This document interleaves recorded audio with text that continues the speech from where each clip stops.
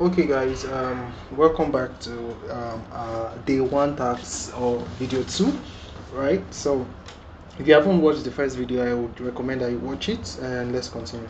So the first video we talked about what the get PID does, which is to get the process ID identification, right? So each process on your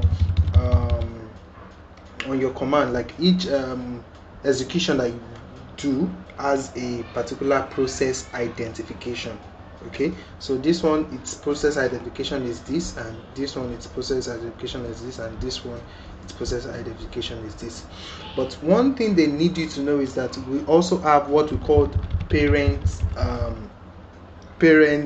process ID, right, which is this PPID, right? So, and we were told to do these tasks. Okay, so we are to write a program that prints the parent ID of the parent process. Run your program several times with the same shell. It should be the same. So we'll do all these things, and then we'll talk on them. So first, this is the last task I did. So I'm going to copy this guy because I want to just maximize my time. I'll copy the PID.c, right, and I'll give it a name, PPID.c, right?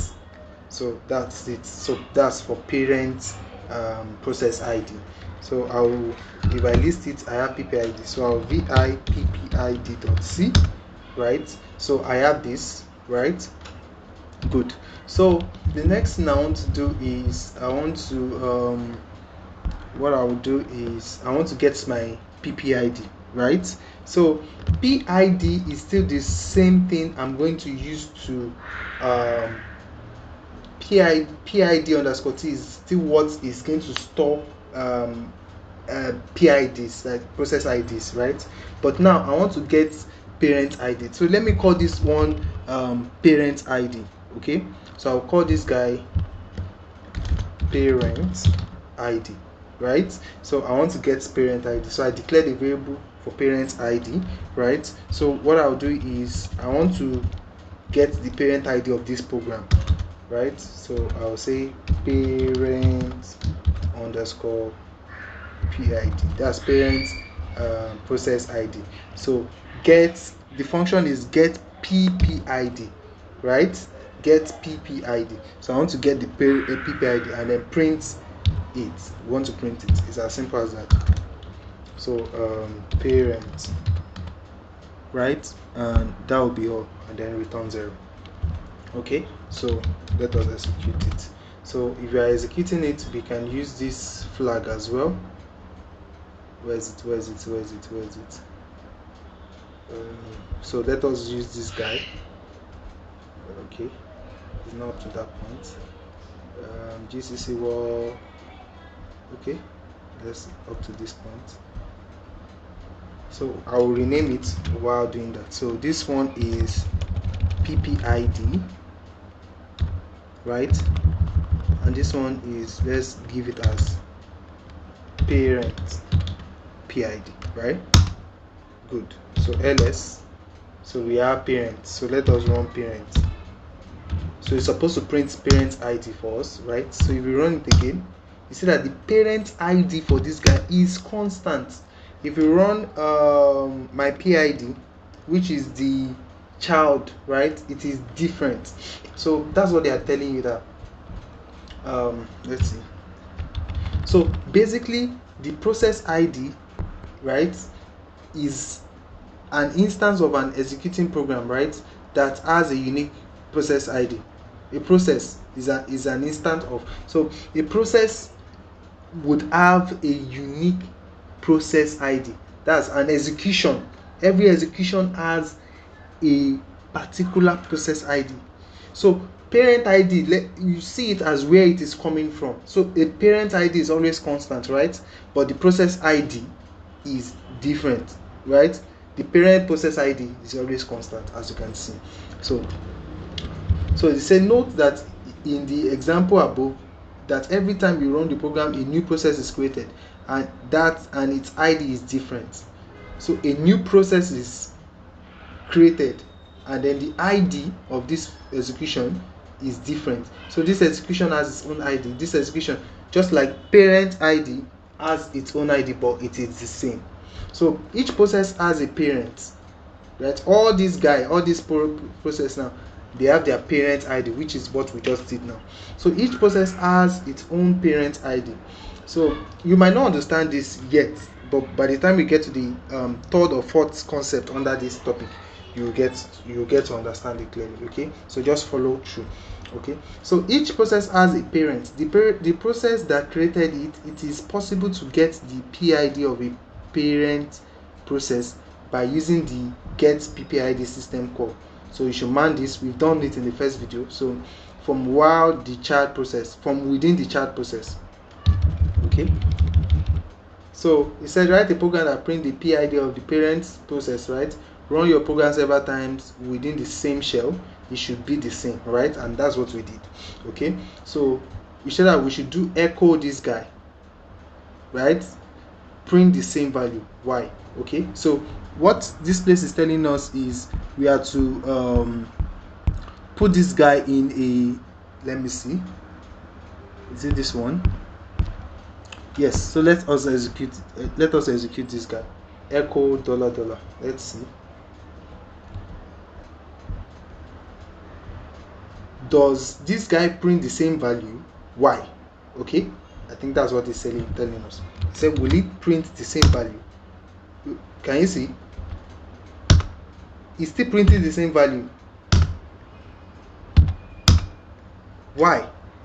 Okay, so basically the explanation is that echo $. Would print the process ID of the current shell. That's what it does. Okay, and as you can see, echo $. Command is helping you print the parent ID of the. So if we still run this command, we still have this, and if you still run this command, you are still printing the parent ID. So you can use this to get the parent ID, right? While the normal process ID, right, is different, right? So that is that for on that. Let's continue. So write a shell script that prints the value of a process ID.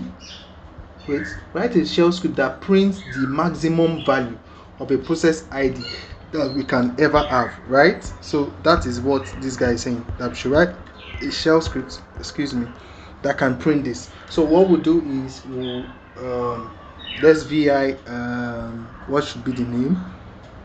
Let's copy this shell script name.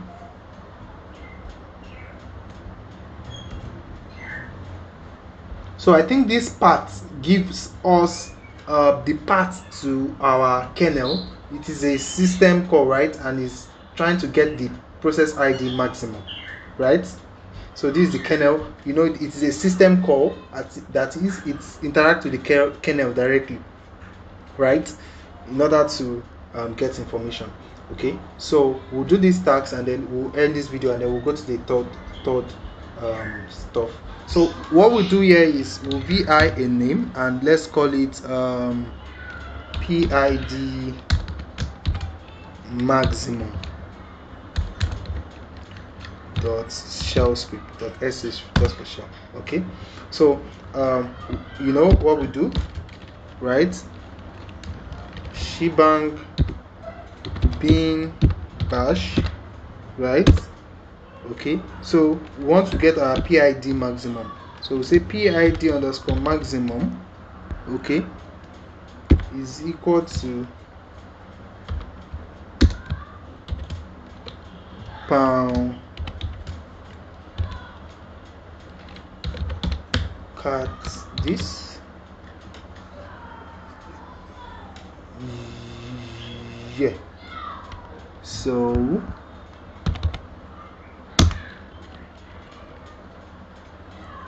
So echo, can then say echo the maximum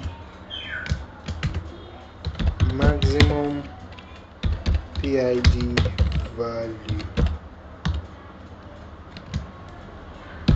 is PPID max. Sorry. If you look at this shell script very well, right? Okay, so normally shell would, this guy wants, when we execute it, we want to execute this thing, right? So it's like we are passing into this PID max, right? What will be returning from this guy? We are cutting whatever is inside this file, right? We are cutting whatever inside this file inside this PID max. Okay, so this is what we need. We need to go into this file to check what is there. Probably I'm going to check on this shell, I don't know, probably navigate through this directory. I don't know if it's going to be there, so to see. Pending that time, inside this we'll cut it into this guy, and then we use echo command to spill it out. So this one is something echo is going to print out, and then with this $sign, right, we can get, this is like a variable, right? So we are getting whatever is stored inside. Okay, so that's what we are doing, right? So let me clear the screen and ls. So we have our PID maximum. So I want to execute it. I will change the mode. I can say just plus x, and that's going to give everything x, and then PID underscore maximum dot sh. So if I do ls, right, it is now executable. So PID, right, so this is the maximum PID value. Okay, so basically that's it. So basically all we've done so far, we've done PID, right, and we've done PPID, and we said PPID is the parent, which is constant, and PID is just the normal process ID, basically for different process that we run, different execution that we run. And we did how we can get the normal PID, how we can get the parent process ID, and we also run a shell script in order for us to get the maximum process ID, right? Yes, maximum process ID value of our computer. Though we have this guide to go to, right? Let me see if it's possible. Seed into this. Not a directory. Okay, we don't have it. Let me see the outside. LA. Let's see anything like proc. Do we have anything like proc? Yeah, we have proc. Let's seed into our proc. Right. So after proc, we'll go to system. Let's ls. We should have system. We have it here, right? So let's seed into our sys, right? So let me clear my screen and paste that guy to keep track. It's going to say yeah, no permission. Okay, so we'll see, do we have kernel there? Yes, let's see into our kernel. So do we have PID max? Okay, PID. So let's cut PID max. Oh, it's there.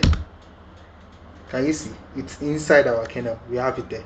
Okay, so I hope you understand. So with this part, we can even get our PID maximum. Okay, so I think what I should have done there is cd dot, let's go to cd home. Let's go to our home, right? Cd dot what? Yes, we're in our roots now. Okay, so in our roots, proc, yes. So let's see I think this would have worked. Okay, we can't see into PID max, that's why it didn't work. So what would have done is not this, that wouldn't work. That's like specifying that it's inside this directory. So we'll go to this end. We should have just do like this, and this would have worked, and then we would have just vi our PID max, right? If you vi, you see we have it there. Okay, hey, sorry, let's just quit it. Okay, good. So I hope that helps. So we'll go to the next concept, and the concept is argument. So this one is something we've done before, argument to main. right? Arguments, argument count and argument vector, right? We're going to go through this and then we'll go on. So see you.